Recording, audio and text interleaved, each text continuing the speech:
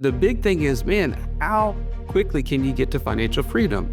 The pros of land investing is, man, we've seen more people in our community get to financial freedom through land flipping than I think virtually anything else. All right, gentlemen, our job today is to break down land investing. We may actually make the mistake every once in a while, say land flipping, but as our friends Mark Podolsky at the Land Geek likes to tell us, it's investing, you rednecks. But there are some pros to this, and I want us to make sure we talk about that. But first, we're going to need to break down what is land investing before we get to the pros. But I also want to talk about the cons. Our job here today is not to sell this idea, even though all four of us have done it, are doing it, and have had success in it. I also want to make sure people connect this. Does land investing fit your investor DNA? And if you don't know what your investor DNA is, you have an opportunity. We'll point you toward one of these coaches. You can go to what'swhatwallstreet.com/free call, and they can actually talk to you about how you can find out what your investor DNA is so you can see if it is aligning with that. And then we'll make sure to give you some actual steps and some takeaways after the fact. So I'm going to come to you first, Ben Busick. You have an expertise in land investing. So first, how long have you been doing it? What's happened so far? And then, if you don't mind, break down what is land investing for the person maybe listening to this for the very first time. Right on. Well, thanks, Russ. So I've been doing land investing for 3.5, almost 4 years. A few hundred deals under my belt. Nothing like Mark Podolsky, but I love this business, and it's because there's so much opportunities. Really simply, land investing is purchasing raw vacant land that's undervalued, or purchasing it at a discount and selling it for a profit. Now that could be done by selling it for cash. Maybe you're working with other investors and you're selling it wholesale to other investors, or my favorite, which is putting it under owner financing so that you become the bank for somebody else. This whole market exists because there is quite frankly, a gap between, specifically the owner financing, there's a gap between what banks will finance. No bank really wants to do all the loan paperwork and hard work of giving someone a loan for $10, $20, or even $50,000. I mean, you can't buy a house for that. That's not really interesting to the bank. So how do you put yourself in that position to be the bank for somebody else? So in a really small way, that's land investing in a nutshell. If you've listened to our show for any length of time, you've heard us talk about infinite banking and how we were able to use that concept to create over $50,000 a month in passive income. But it's just not that easy to figure out, how does this all connect into my own personal system? Stallion, that's why we created the passive income operating system, bro. It shows you how to turn active income into passive income. It makes all the steps come together. If you would like to get access to it as a podcast listener, we've never given this away in public before. Go to what'swhatwallstreet.com/PIOS. Joey, how would you compare land investing to other traditional real estate? Because I know that you come from a mortgage background, right? And so seeing a lot of different, what quote unquote traditional real estate deals, how does this compare? Talk a little bit about the risks, high margins, other things. Well, I'll tell you, there's a lot of really positive things about this, and I'll share some of the negatives as well. But there's a low cost of entry for people getting into the land business. For instance, you can buy I've seen numerous cases where people are buying properties for as little as $100, $200, $500 for multiple acres in certain areas. And you think that's absurd. Like, nobody does that. Well, the reality is when you think about the types of land that people are selling and that these investors are buying, this is kind of like the ideal candidate that they're approaching is someone who's an out-of-state owner who's potentially even behind on their taxes. So this is no longer an asset in their mind. It's actually an albatross. It's something that is actually keeping them down. It's costing them money, but they're not getting any benefit or advantage. And to your point, Ben, when you were just saying that, it's also meeting a place in the marketplace where real estate agents are not willing to list this property because it's such a small profit margin for them that it actually would cost them more to do it. And so there's a really open opportunity for an individual investor to buy from that individual seller at a super discount, not unlike, and I'll use this analogy, going into somebody's garage at their house and saying, "Hey, by the way, are you using that weed eater?" And they're like, "Man, I haven't used that thing in 5 years." You're like, "Dude, I'll give you $5 for it." They're like, "Absolutely." And it might be worth $100, but they haven't used it. It's not worth it to them. They'd much rather just get rid of it than it continue to collect dust. Low cost of entry, super high return on investment potential. I mean, the average investment that most of these land geek students that I've met are 72%. And you think that's absurd. Never heard that before, but that is legitimately what people are getting on a regular basis. And then the last thing I would say is collateral. And because you're buying at such a low loan to value, if I can buy it at 20% of what it's worth, man, there's a lot of market fluctuations that would never affect me in terms of that investment. So it's super secure in that sense. The only thing that I would say that I've seen as like a negative is liquidity. It's hard, especially when you're trading your capital up front to buy a piece of property and then turn it into an owner finance note. Like, man, it comes in slower than it goes out. And so you're always looking for more capital in order to expand your business. And in some cases, investors may not be as prevalent in this type of lending because the documentation is limited on what you can actually get to secure the loan. So anyways, we can talk more about it, but that's just some basic things that I've seen as far as comparison. All right, that was a great podcast. See you guys later. Tribe, I love it when Joey gets hot. He is just, I mean, he was just mic checking right there. He was just, he's doing the heat check. He was mic check. I don't know if he left you any meat on the bone there, Eric, but I would love for you to talk a little bit about maybe the mindset needed for success in this area. Yeah, thanks, Russ. Thanks for having me on. I'll tell you what I will say. Let me talk a little bit about how exciting this investment is going to feel for probably everyone listening, because we're going to tell you a lot of the good things about this investment. We're going to give you some examples of how people have done really, really well investing in land, including every one of us on this call. I could also give you a similar presentation on this amazing baseball glove that I have, Russ, that my dad bought me years ago. It's some of the finest leather. I could talk to you about how many game-winning catches I've made with that baseball glove out in the field, and just how amazing this purchase was and what it did for me on the baseball diamond, on the softball field. And so everybody on here might think, gosh, I really want to go get that glove Eric's got because it sounds amazing. Well, here's the thing, Russ. I'm left-handed. So if you go buy my glove, and probably 80% of you listening to this, you're right-handed, it's not going to be the right fit for you.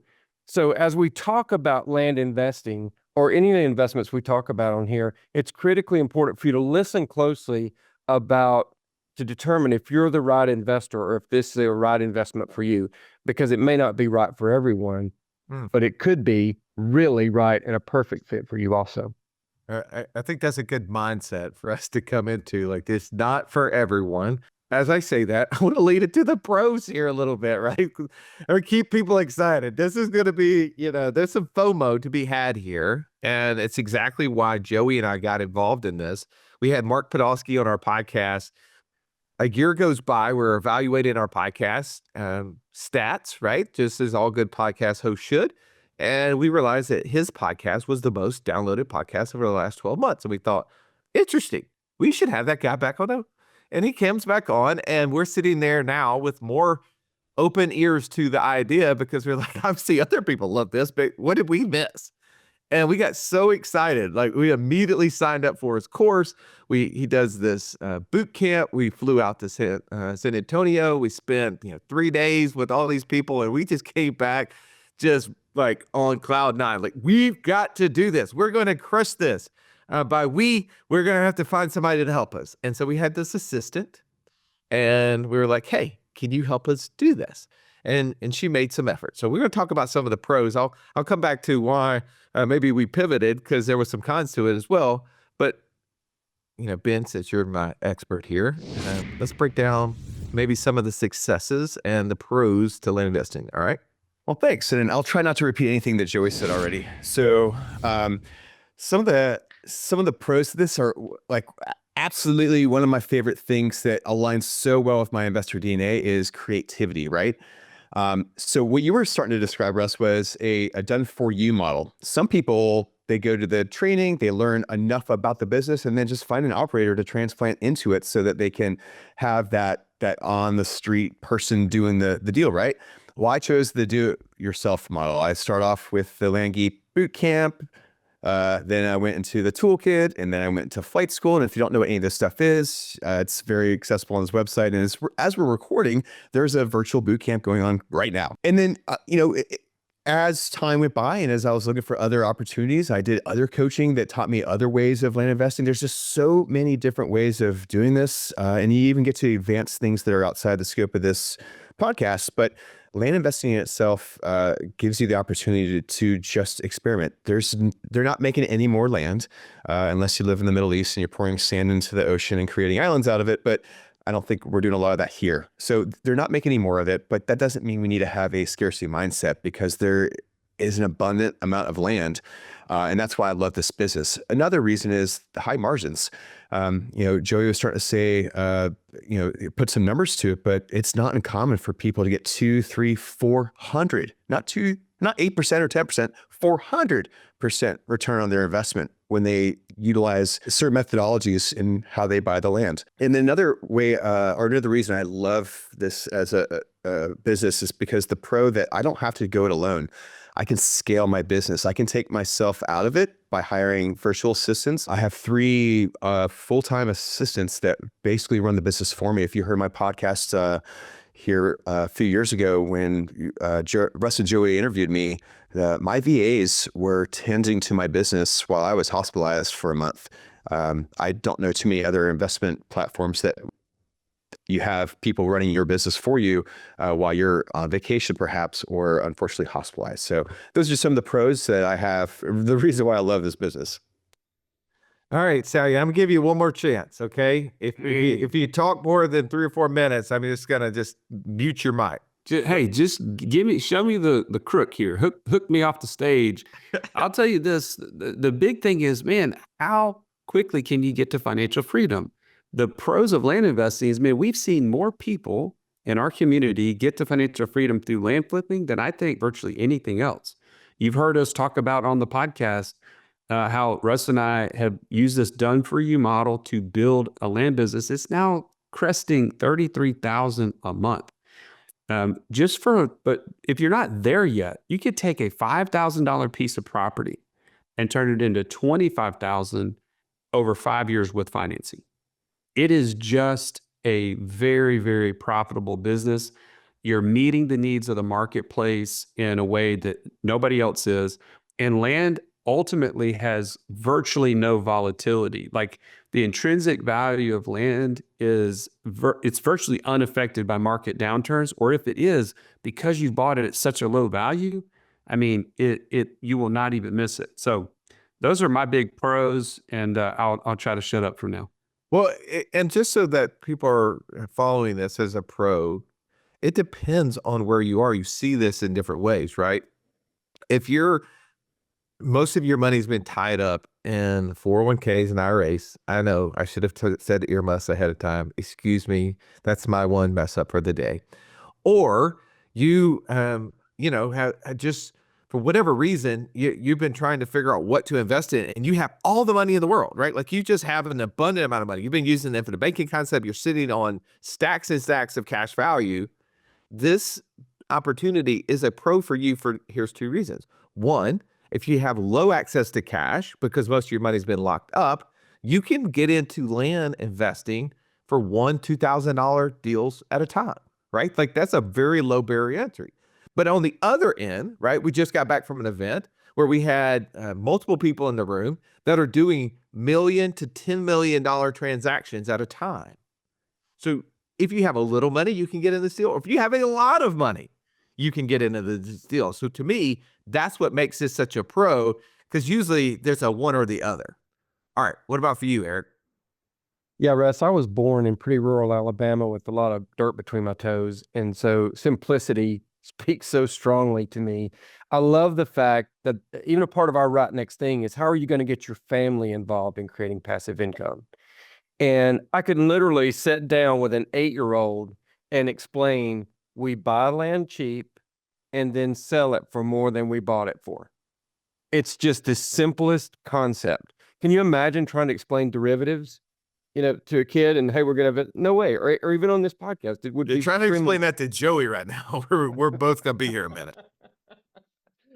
So the simplicity of this model, and we utilize an investor DNA, and for so many of us, if you're that D profile in the DISC model, you're going to love the deal making aspect of this thing. If you're an I, you're going to love the sales aspect. If you're an S, you're going to love the relationship part of this, and if you're a C, you're going to love the fact that it does take some structure to pull this thing off. But there are my land business did really, really well. I did the done for you model, Ben, which means I didn't do all that hard work that you did. The Land Geek guys did that for me and to great success. And so it was just easy. I had more money and the time at the time than I did time. And so that was my process and it worked. There was nothing worse than walking into class when you're in school and the teacher saying, pop quiz day. Why? Because you were unprepared. Are you unprepared though for financial freedom? Don't be. Find out how close you are by taking our 30-second quiz at wealthwithoutwallstreet.com/quiz. Tribe, if you're still searching for what is going to be that passive income source that's going to push you over the hump, it's going to help you become financially free, head over to the Art of Passive Income podcast, where our friend Mark Podolsky breaks down his amazing land flipping method. You've heard us talk about how this one strategy has created over $30,000 a month in passive income for Russ and I. Do yourself a favor, wherever you listen to podcasts, go hit the subscribe button to the Art of Passive Income podcast today. So we got a lot of why this is a good idea, some pros behind it. Let's move to the cons. So I started this off to saying Joey and I, Ben, I don't even know if you knew this, but Joey and I actually did the flight school. So then we went to the boot camp. We went through everything that most people do of like having those phone calls, like the coaching calls and like all this things, trying to learn how to do it. But we just knew we didn't personally have the time to do it ourselves. So we were going to have our assistant at the time. She wanted to flip houses. Like, you're going to flip houses, flip land. Do that. Same concept, right? And one of the things that we realized is it wasn't all rainbows and unicorns. It was just mostly 100 unicorns, meaning it was a big loser because her profile was not really ideal to have success in there. So the challenge in this land investing is that you have to be gifted in certain ways to have success. Regardless if you have the money or the motivation, you have to understand how to, get people to sell you their land and get people to buy the land once you do that. So what else would you say, Ben, are some of the cons that people need to consider prior to maybe investing in this process? Man, that's so good. Yeah, there are cons, believe it or not. Some of them you find out beforehand, some of them you find out as you're going through the process. And so if we can shortcut your learning here, that's what we're ultimately trying to do. One of the misconceptions that I personally had going into this was I was just over the moon excited about, man, I'm going to buy a piece of property this month and next week we're going to have passive income. It's gonna be amazing. And I got my wife on board and she felt my excitement until we didn't sell any property. And it took a while. And it just happens. You're learning a brand new business, a brand new model, something that they don't teach in the school systems, something that you just don't click a button on a computer and forget about because your broker's making commissions and he doesn't really care if you make money or not. You or the business, the done for you model, whatever, you're responsible for this. And so one of the cons is that it can take a while. It can be a resource intense business at times, depending on the size of the parcel or the price of the parcel, and you're holding that inventory until you sell it. And again, there's some different methods behind that, but that's one downside that I recognized. Also, it's there's a huge learning curve for people. Coaching's great. I highly encourage it because then you learn more of the process versus trying to figure out on your own.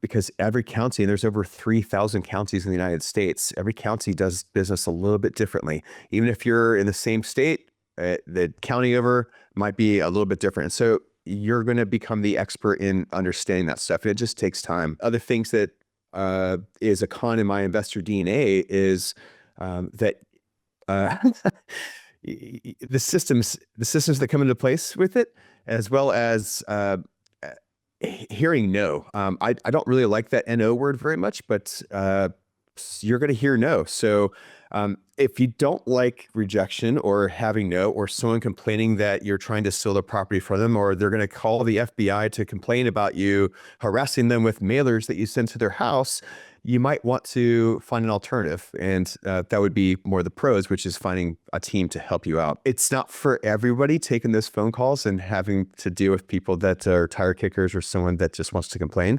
That was one of my biggest cons, but you just find ways to go ahead and turn that into a pro. So Yeah. hopefully that's helpful. No, that's good. Joey, you're used to hearing the word no. So let's talk about what other things you can think of a con outside of that maybe would be helpful to the person listening. Oh, you're right, Russ. When I say, hey, can Russ come speak to your audience? And they're like, no, I am used to hearing that. However, from the cons of land investing, it really comes down to more of the same of what Ben shared. The systems are not simple. It takes a learning curve, right? And I think automation is one of those things you either are really good at and interested in, or you detest. And I think Russ and I are of the mindset that we're both really bad at those things. So it takes, you either have to have somebody that you could hire that can help you get those things set up, or they have to do it for you if you're of that kind of personality type. Another thing I'd say is that this kind of a model is somewhat cyclical, and the nature is that you sell a piece of property and then they may default. And I don't, everybody's land business has different percentages of what their default rate is and so on and so forth. But if you're see that as a negative, then this would not be for you, right? Because having to deal with defaults, the good news is it's actually not like an eviction process in a foreclosure. It's literally a land contract. So I can take that property ownership right back immediately and then turn around and resell it same day if need be. So I see that negative as a positive, because as you have people default, you're just lowering your basis every single time, and therefore getting a higher profit as you're able to sell it multiple times potentially. So those would be a couple things to consider in terms of cons. Yeah. All right, Eric, kind of leaning into the investor DNA, talk a little bit about some of the cons that somebody may have with land investing. Yeah, I think, Russ, if you're that D personality, you're going to be a hard charger wanting to get things done quickly, and you're going to consider a lot of your customer client questions, people you're dealing with, as dumb questions, and that could probably be really, really frustrating. If you're an I type personality like you are, Russ Morgan, and you try to do the do it yourself model, building out those systems is just going to be a killer for you. And having the discipline to do those mailers on the regular is just going to probably be a bottleneck for you. So you're going to have to hire that out more than likely. Yeah, doing anything, a repeatable process over and over the same way is very difficult for me. You're right. And then for the S, just the, and I'm an S personality, so I get this, just the interpersonal conflict or having to do that foreclosure process like Joey was talking about. It could be a really, really challenging if you have a genuine love for people and that's just part of your personality. And you can't see business as just business. You always see the person. Just know that that's going to be a part of this business. And then for the C type personality that really just wants to be in front of their computer screen by themselves, know that you're also going to have interaction. And so, most of us agree that a hamburger is a great meal. Everybody probably except the cow. So it just depends on your perspective of whether something is great or not. Oh, what a great analogy there, man. I would just rather take the butcher's word for it. You know, I am with you. All right. So I do want to dive a little bit deeper into the investor DNA and, does this match, right? So I want all of your perspectives on this. So before we wrap, let's make sure as we talk about land investing, is it right for them?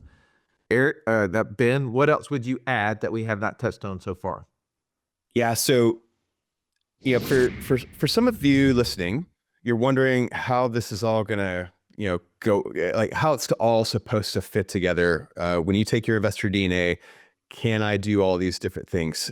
Again, I like the creative part of it. So, I had one potential land buyer that called me up and asked, "Hey, man, can I really want to buy this desert land. It sounds incredible. Can I put a cemetery on it?" Russ called me a quote unquote expert. I didn't have an answer for that. Are you kidding me? How do I know if you could build a cemetery on this plot of land? So I got to learn that according to that county's restrictions, it's not a no, but it's going to need some special permits. The dude was excited. He bought the land. So there's opportunity there, right? So if you like problem solving and if you like, dealing with people, then that's going to be really cool for you. But I would just want you to think about, and they do a really good job about this in the Land Geek when they talk about following the recipe. One of the first things you want to do is learn, what are the stuck points I have? What are the things I absolutely don't want to do? Identify those very early and outsource it. There's plenty of people that will do the things that you don't like doing. And it's hard for us to wrap our mind around that. But in this community, I don't like marketing. I'm not particularly good at sales, but I found experts to walk with me in my business to do that for me. And it makes life so much easier. Again, those calls from angry people wondering why you're offering so little for their land or they're going to report you to the FBI. I don't deal with those phone calls anymore. I did initially so I could learn it, but now I have somebody else that's trained on that and loves dealing with those conversations. So that would be it in a nutshell. It's just there's a person for that. Like there's an app for that. So was the guy that was reaching out to you, Nicky Santoro from that movie Casino, looking for a burial ground out in the desert? Like somebody, That's a client confidentiality, Russ. I cannot confirm that. Oh my goodness, man, what a weird question. All right, Stallion, what else did we leave? I think if you are not a patient person to begin with, this is going to be a tough business. Or you may have like quick success and then get bored, because there is a monotony to this business that is kind of like do the same thing over, right? You got to be okay with it not being super sexy and exciting. That's kind of what Mark Podolsky would say is this, it's just kind of the same thing over and over again. But man, the freedom on the other side of those notes coming in is unlike virtually anything else that we've seen. So if you're okay with the delaying the profits a little bit, you're okay with slower liquidity cycle, like, hey, I may have to go and get some more capital. If you're totally against that, or that makes you super uncomfortable, then you better have a lot of capital because like I said, you are trading big dollars today for a stream of income in the future that far surpasses it. You just have to be okay with that. And again, if you want something that's more exciting and faster moving, then this won't be an ideal fit for you. Well, I'm going to add one more thing to that. Like sexy and exciting is in the eye of the beholder, because I can tell you every time someone asks me about the different passive income streams we have, and I start breaking down land investing, for instance, and they say, "Oh, how's that working?" I go, "Well, we average about $30,000 to $35,000 a month in passive income and have for the last, several years. And we expect it to grow somewhere around $100,000 a month." And they say, "I'm sorry?" And I go, "Yeah." And they're like, "How do I get involved in that?" Right? No, there's different methods to get involved in that. For you and I, we got involved by putting lots of capital up and partnering with someone who is already an operator. But that is exciting, right? The constant success and spending money, like maybe the investment itself doesn't seem that exciting, but what you can do with it is really sexy, really exciting. All right, Eric, jump in there. Yeah, speaking of sexy in a way, I heard Arnold Schwarzenegger say what he really loved about bodybuilding and weightlifting and fitness in general. He said, it's one of the very few things in life that can't be faked. I can look at you and I can tell you're either doing it or you're not. You're either putting in the hard work or you're not. And I think if you're going to do land flipping on your own, like Ben's doing it, you're going to see a lot of that same result. You're either willing to put in that hard work, that time, that energy, that creativity, like Ben is. Maybe it's the creativity of finding somebody to do the work for you. And that's what's going to get you those results, because just signing up for, flight school is not going to lead you to success. It takes some of your time, energy, and effort. And so in that way, this is not instantly passive. Don't even think about it that way. If you do the done for you model, yes, that's a much more passive model. But if you're going to learn to do this yourself, just know that it does take that time and energy. Yeah, that's so good. Well, just kind of breaking this down, really, the goal here was to help you see what is land investing, what are the pros, the cons, right? Like, how do we make this better? Take action on it, right? So maybe this is something that you need to dive deeper into.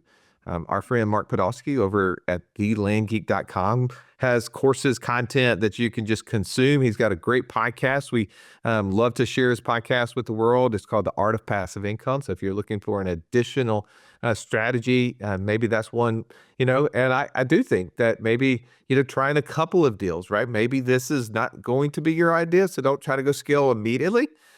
Maybe just dip your toe in it. See if you have success. See if it is filling up your bones. Because when we do things in line with who we are, we can add more value to the world. We can have greater impact. You can then take and compare that to other different strategies, whether or not it's multifamily or franchises or syndications. We're going to keep breaking down all these options this year. So stay tuned for those in the future. As always, have an amazing day. This has been the Wealth Without Wall Street podcast. Don't forget to subscribe to the show to break free of the Wall Street mindset and begin building wealth on your own terms in places you understand so that your wealth will never run dry. See you next episode.